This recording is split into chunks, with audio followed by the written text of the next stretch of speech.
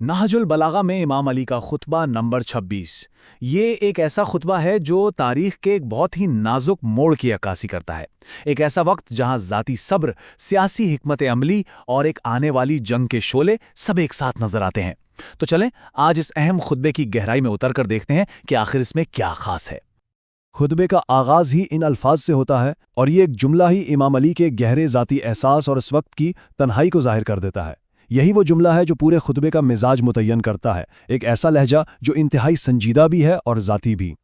دیکھیے، یہ صرف ایک جملہ نہیں ہے، بلکہ سمجھیں کہ ایک پورے تاریخی باب کا خلاصہ ہے۔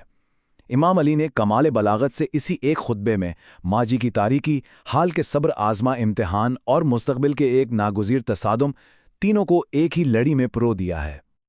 تو اس خطبے کی جو سب سے خاص بات ہے وہ یہ ہے کہ یہ بہت واضح طور پر 3 الگ الگ حصوں میں تقسیم ہے اور ہر حصہ ایک مختلف دور اور ایک مختلف چیلنج سے پردہ اٹھاتا ہے۔ تو ہم ایک ایک کر کے ان تینوں حصوں کو دیکھیں گے۔ سب سے پہلے اسلام سے پہلے عرب کی دنیا کیسی تھی، پھر امام کے ذاتی صبر کا وہ مشکل دور، اور آخر میں وہ سیاسی گٹ جوڑ جس نے تاریخ کا رخ ہی بدل کر رکھ دیا۔ ٹھیک ہے، تو آئیے پہلے حصے میں چلتے ہیں۔ یہاں امام علی علیہ السلام اس دنیا کی تصویر کھینچ رہے ہیں جس میں پیغمبر اکرم صلی اللہ علیہ وآلہ وسلم کا ظہور ہوا۔ یہ الفاظ صرف شاعری نہیں ہیں، یہ اس وقت کے سماجی اور روحانی حالات کی ایک حقیقی تصویر ہے۔ ذرا تصور کریں، ایک ایسی دنیا جہاں پینے کا پانی گندا ہے، خوراک ناگوار اور ہر طرف بس خون ریزی اور انتشار کا عالم ہے۔ اور یہاں جو فرق نظر آ رہا ہے نا، وہ اس تبدیلی کو بہترین طریقے سے واضح کرتا ہے۔ پیغمبر اکرم کی آمد نے اس گمراہی اور بدحالی کو ہدایت اور نجات میں کیسے بدلا، یہ امام اپنے خطبے میں بیان کر رہے ہیں۔ اب خطبے کے دوسرے حصے کی طرف آتے ہیں جو بہت ہی ذاتی ہے۔ یہ وہ حصہ ہے جہاں امام علی علیہ السلام پیغمبر اکرم صلی اللہ علیہ وآلہ وسلم کے وصال کے بعد اپنے تجربات اور احساسات کو بیان کر رہے ہیں۔ ذرا اس تشبیہ پر غور کریں۔ یہ پہلی مثال ہے جو امام اپنی تکلیف کو بیان کرنے کے لیے استعمال کرتے ہیں، یعنی آنکھوں میں تنکے چبھ رہے ہیں، آپ دیکھ سب کچھ رہے ہیں مگر کچھ کر نہیں سکتے، انہیں نکال بھی نہیں سکتے۔ یہ صبر سے زیادہ جبر کی کیفیت ہے۔ اور یہ دوسری تشبیہ اس احساس کو اور بھی گہرا کر دیتی ہے۔ حلق میں پھندے کا مطلب ہے کہ آواز کو دبا دیا گیا ہے، بولنے کی اجازت نہیں، دم گھٹ رہا ہے۔ یہ اس گھٹن کی طرف اشارہ ہے جو وہ اس وقت محسوس کر رہے تھے۔ اور آخر میں یہ مشہور تشبیہ، حنظل ایک انتہائی کڑوا پھل ہوتا ہے جسے چکھنا بھی ممکن نہیں، اس سے بھی زیادہ تلخ گھوٹ پینے کا مطلب یہ ہے کہ امام نے ناقابل برداشت حالات کو صرف اس لیے برداشت کیا تاکہ امت کا شیرازہ نہ بکھر جائے۔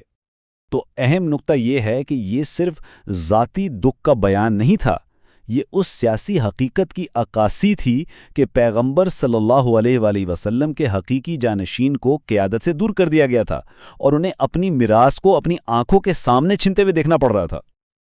اب چلتے ہیں خطبے کے تیسرے اور آخری حصے کی طرف جو ایک خاص سیاسی سازش کو بے نقاب کرتا ہے۔ یہ تاریخ کا وہ موڑ ہے جہاں سے پھر کھلی جنگ کا آغاز ہوتا ہے۔ جب امام علی مسند خلافت پر آئے تو تمام گورنروں نے بیعت کر لی سوائے معاویہ کے۔ اس نے جان بوجھ کر تاخیر کی، اور یہ کوئی انتظامی سستی نہیں تھی بلکہ یہ بغاوت کی طرف پہلا سوچا سمجھا قدم تھا۔ تو یہ سب ہوا کیسے؟ معاویہ نے پہلے تو امام کے قاصد کو روک کے رکھا تاکہ وقت مل جائے۔ اس دوران اس نے شام کے عوام کو اپنے حق میں کر لیا۔ پھر اپنے بھائی کے مشورے پر اس نے عمرو ابن عاص کو بلایا جو اپنی سیاسی چالاکیوں کے لیے مشہور تھا، اور اسے ایک ایسی پیشکش کی جسے وہ ٹھکرا ہی نہیں سکتا تھا۔ تو سودا کیا تھا؟ سودا سیدھا سا تھا۔ عمرو ابن عاص اپنی سیاسی مکاری استعمال کر کے امام علی کے خلاف عوامی رائے ہموار کرے گا، اور اس خدمت کے بدلے میں اسے مصر کا زرخیز صوبہ انعام میں دیا جائے گا۔ یعنی یہ دین پر دنیا کی ایک کھلی تجارت تھی۔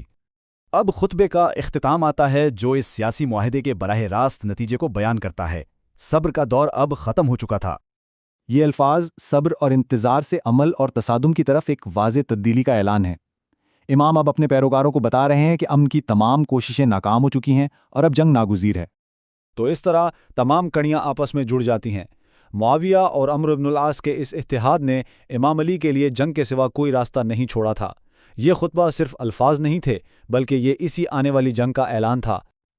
اور آخر میں یہ سوال ہمارے سامنے آ کھڑا ہوتا ہے، 1400 سال پہلے کہے گئے یہ الفاظ قیادت پر، صبر پر اور سیاسی سمجھوتوں پر، جب ہم آج کی دنیا میں طاقت کی سیاست، سمجھوتوں اور اصولوں پر قائم رہنے کی جدوجہد کو دیکھتے ہیں تو امام علی کے یہ الفاظ ہمیں کیا سکھاتے ہیں؟ یہ ایک ایسا سوال ہے جس پر غور کرنا ہم سب کے لیے ضروری ہے۔